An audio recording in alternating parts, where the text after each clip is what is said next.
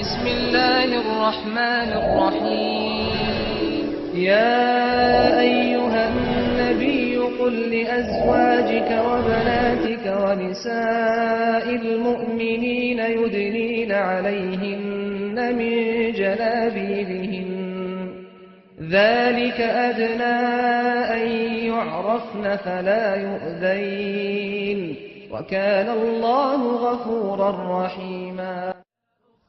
waxaa ku tiraahdaa nebiyow xaasaskaaga iyo gabdhahaaga iyo muslimiinta gabdhahooda dhammaantood ha ka soo raariciyaan korkooda jalbaab.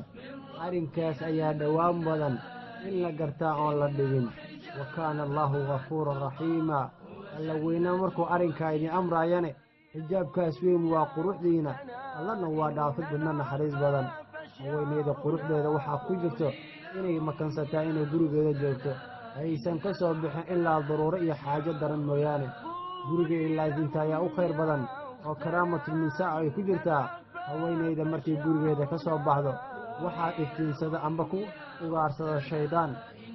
waxaa la wariyey nebiga calayhi salaatu wasalaam inuu yidhi annisaa'u cawra, haweenku waa cawro. wa ina almar'a litakhruju min beytihaa, haweeneyda gurigeeda kama soo baxdo wamaa bihaa ba'su ayadoo waxba dhibheenin. markaa kadib shaydaanka uu ku ugaartaa. axad ma soo marto qoom ilaa way cajab gelisaa. haweeneydu waa inay labisataa dharka cad adag oo ilaahay subxaanahu wa tacaala ay ka magan gashaa shayaadiinta iyo wax la mid ah. waa inay haweeneyda loo ogolaadaa inay u soo baxdaa aadatulmariid, qof xanuunsan inay soo booqato.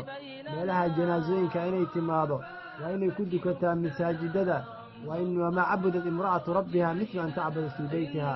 الحجاب بشرعنا عتق من النيران. إن الحجاب بشرعنا عتق من